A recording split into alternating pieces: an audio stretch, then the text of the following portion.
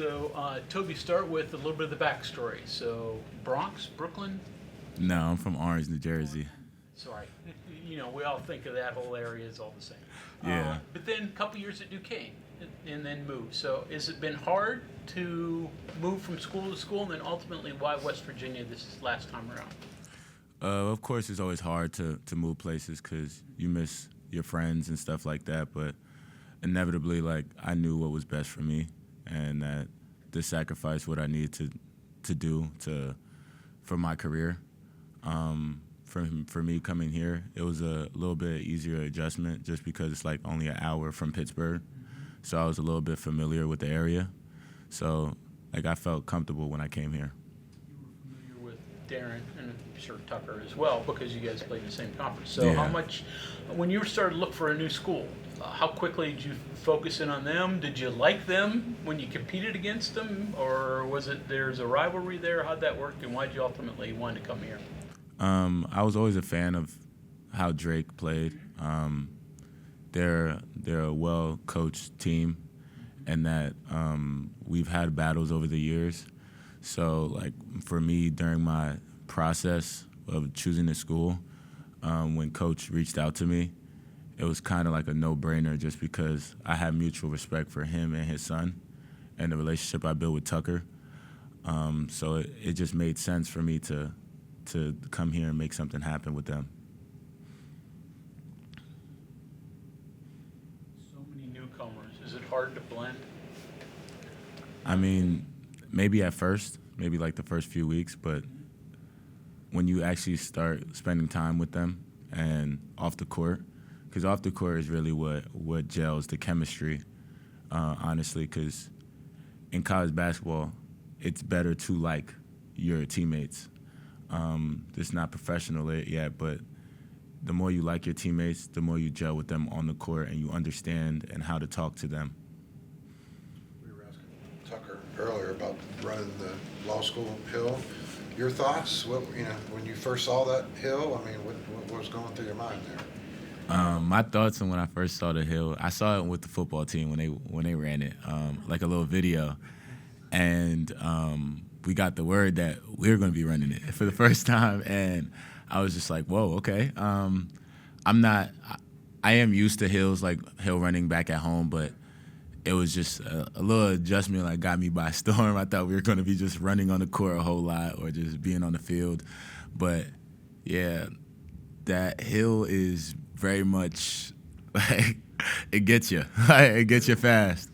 First time's easy, right? Yeah, exactly. Second time, third time? Oh, yeah. By the time you come down from your first three, you're going to feel the rest of it for the rest of the day. Coach, back in the summer before you guys were getting ready to go to Italy, described you as a versatile defender. Your definition of a versatile defender, and do you think you are one? I definitely think I am a versatile defender. For what that meaning for me is just knowing when to switch onto smaller guards, bigger guards, maybe having to bang with a little bit with the post guys, which is what I do. I'm just here to help and to use my athleticism and my versatility and my long arms to distract and for us to get an extra possession on the other end. So if you switch off on a two guard, for example, you're obviously going to have the size, but he's going to be quicker. If you switch off on a 4 or 5, okay, you're going to have the speed and athleticism, but they're obviously going to be bigger. So what's the secret there? And I don't know, what do you prefer? You probably prefer the little guy, right? I wouldn't say I prefer either one. It's just that I think I'm comfortable the way I've played basketball. These last few years, joining college basketball, it was instilled in me to guard every single position like it's supposed to be normal. So I give credit to the strength coaches getting me ready just because I'm strong enough and I'm fast enough to guard either position. So that was very much comfortable for me. I was kind of curious. You guys are all kind of joining the Big 12 together at the same time. It's obviously, on paper, when you look at the preseason rankings, there's, 4 teams in the top 10 or 5 in the top 10 or 6 in the top 15 or that's obviously got to catch your guys' interest.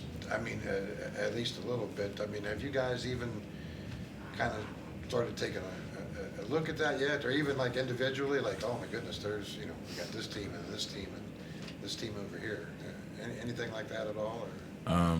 No, I don't think so from my team, from this team right here. I think that we're hard workers, so we just put our head down and we're not worried about what the outside says about us. Obviously, people are going to say that, yeah, we put together a class, but they don't know if we can win. So that's for their opinion, and we have our own, and we have the actions to change their opinion. So that's how we go about it. So, I mean, in theory, there could come a part of the schedule where you're going to play 3, 4, maybe 5 ranked teams in a row. I don't know if that's ever really happened. I mean, so what would that? I mean, that would be a totally different new situation for a lot of guys. So what would that be like, do you think? I mean, for me, and for our team, I think that we just go one game at a time. I think overseeing another team or seeing that we have someone else on the back end of a road trip doesn't give the respect to the team that we're actually playing. And we're not like that. The way we go about practicing and the way coach drills us is just one drill at a time, one play at a time. Like we're not overstepping. We're not looking towards the end of practice. We're looking towards the next drill and what's the next play. Keys to not get overwhelmed. Exactly. Yeah. Toby, way back in the day, back when I was in high school, we beat West Orange in football. Just want you to know that right off the top. I got my ass kicked, but we did win the game. Anyway, what do you think are the expectations that people should have of this team looking at it? And what kind of expectations do you guys have? I feel that the expectations for this team is just to keep an open mind of us, regardless of what the media says right now. We have a whole lot of basketball to play ahead of us, and it's October. Just keep an open mind of us and don't be closed off just because of the past. We're here to win, and we're not here to win later. This team is built with a lot of seniors and fifth years and with a mixer of freshmen ready to win now. Growing up, you're in a metro area, played your college ball, 2 metro areas. So was coming here, was that part of a conscious decision, looking for something a little more laid back, or was it more all about the team and the coaching staff? For me, I'm a city kid. I grew up big cities.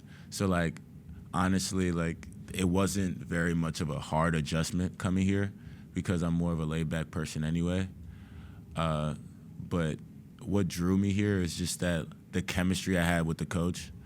I had the same chemistry with my former coach.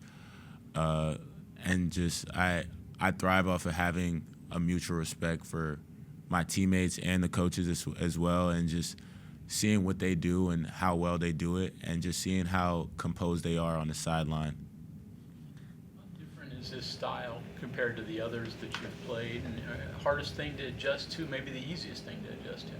I'll probably say that the hardest thing to adjust to is how easy the game comes to you when you do the small things. Coach preaches on the small things, and it's very much an NBA offense because when it comes to the NBA, it's very much the simple things that kill you. And just drilling that every day, that your little habits of how you screen and how you cut with pace really just opens up an open shot. And that is not really a dribble move that you need to do, that you just maybe just need to pass it. That's how simple the adjustment has been from my last schools to here. When you played Drake in the past, you thought they were well coached. What characteristics do you remember from those teams? Just a well organized team. A team that honestly was never flustered about the moment, about being down. Him as a coach, I've seen him multiple times. He gets animated, but he's very much cool and relaxed after he has his moment. And as a player and as an opponent, seeing that is just like they won because he understands that his players are going to respond and that they're built for the moment. Kind of on that note, that coach was just telling us he's never received a technical before. So, based on what you just said, you wouldn't be surprised by that, I'm assuming, right? If he got one? That he hasn't had one. Oh yeah, I'm not surprised. I'm not surprised at all. But if he gets one, he gets one. But they probably caught him on a bad moment.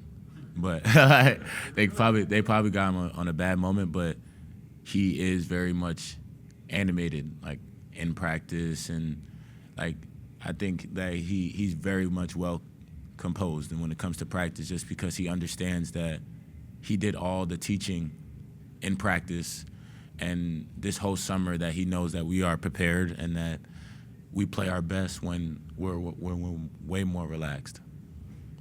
His reputation as a defender, but how has your offensive game kind of changed over the years? I know you're shooting like more threes, or For me, it was just my first 2 years was kind of like a growing pain for me, just coming out of just being a defender and just being a long athletic wing. I took my 2 years to University of Illinois Chicago, where I got to expand my game. Like I was a little, like for me, I like to like grade my 2 years there as my first 2 years of college basketball, of complete college basketball. I've developed the 3-point game a little bit more, my handle and just my playmaking. It's very much underrated, but at the same time, whatever the numbers say, it doesn't define me as a player, just because like I understand that my path isn't someone else's path, and that this year's the year for me to put it all together and help the team do as much as possible. you know, when you kind of look at things on paper, and obviously the basketball game's not played on paper, but it seems like the roster, like everyone's just going to shoot a bunch of threes. But that's probably, there's more to it than that. Yeah. I mean, it's probably not exactly like, okay, we're just going to go out and shoot 30 threes a game. I mean, what are the differences? And then, I mean, threes are a big thing, but it's not going to be everything, it doesn't sound like. Yeah, we have the advantage of having multiple people that can put the ball in the basket, especially from three. But we do have the availability and the talent to put it on the floor and get to the rim and get to the free throw line. Like, we are a team that if it's a good shot, take it. If it's not a good shot, then move it, find the best shot. Because at the end of the day, we can all drive it. We can all put it on the floor and get to the rim as well. And as well, we have finishers at the rim too. So What do you think would be like the comfortable number of three attempts as a team? Like when you look at the box score at the end of the game and okay, well, we didn't take enough, or maybe we took too many. Like, where's that middle line, I guess? I really don't know, just because it's hard to tell, just because we're a team that, like, we play off of your mistakes, and that if you don't want to close out to somebody, especially someone that's been in the gym all summer doing 2-3 workouts a day and has the confidence of a coach of not looking over his shoulder, then you might be looking at 15-plus threes, or you might see a team that wants to take away our three, and then we're just going to drive them and get to the free throw line and look for the extra pass. So you faced Tucker a couple times together. So what's he like? And if memory serves, my memory can be faulty, one of your best games was against him. So do you guys still talk about that, or reflect on that game and then him as a whole? That game was fun. It was my senior day. I mean, they're number one in the conference, and we just feel that, like, unfortunately, my last school's record didn't reflect how good of a talent we were, but we just went into that game just thinking, why not just knock off the number one team on this day. It was a good game. Do you remember? I had 31. Okay. But Tucker did have a good game as well. So like, it was a fun game. I have nothing but respect for Tucker. Just like, even since I came into that league. Like it's always been a mutual respect, not like a crazy rivalry, but like someone I know that's in the gym just as much as I am, and that wants it just as bad as I do. So, What's he like as a player? What's he do well? as a player, he's lights out shooter. Like at 6'8", 6'7", like you see, like you can't really find someone that does that a whole lot in college basketball, and that he's a good passer and he's a good teammate. Like he understands the screening angles. He understands to get off the ball. He understands that he does need his teammates to win, and that helps him. Like he's very much selfless. You mentioned the offense here has some NBA kind of concepts, things like that. And do you watch the NBA much, and do you ever see something and say, hey, we run something like that, or that looks like what this offense might be like? Yeah, most definitely. I watch it a lot, especially since I went through the process this last spring and going through that whole process. Our offense is very much, it emulates the NBA offense and the spacing and knowing when to cut and knowing when to like drill the corners. So for the most part, it has a lot of similarities of what most NBA teams do, which works and is very simplistic, but at the same time methodical in how they're ran. You mentioned your time at Duquesne. So how much did you follow West Virginia during that period? How much did you know about West Virginia prior to coming here? I knew a little bit about West Virginia because they used to be in the Big East, and my mentor was the point guard at Pittsburgh. So like me growing up, I always watched him like play West Virginia. Yeah. Who was it? Ashton Gibbs. so I always watched them growing up. I knew that they were always a hard-nosed, pick-you-up full-court team, and regardless of your lead, is going to go down to 5 points at the end of the game because they're going to press you the whole game, and you're going to get tired of it eventually. So when you told Ashton you're coming here, what was his reaction? Did he say, "Oh no, not there," or what did he say? I mean, he was happy for me because he knows that like so much I've been through. So like, he's not gonna say anything about that. Like, he understands that like when we play them, he's not rooting for me. He's rooting for me a little bit, but he's not rooting for me. He's rooting for Pitt because of the rivalry. But yeah. Will he come in and see you play? Yeah, he will. He will be. You guys play up there this year. Yeah. Yeah. When you say he was a mentor, he was like, was he a coach in high school for you? Or? No, him and his brothers, they went to school in West Orange. They went to Seton Hall Prep, and they went to school with my older brother. So for me, it was just like the Gibbs brothers. I just always looked up to them. Like I always watched their games wherever they went. Like I kept track of them, and they were friends with my older brother. So it was just like I have another brother that's going to help me be coached in college. So that's really why I went there. Toby, thank you. Of course, thank you.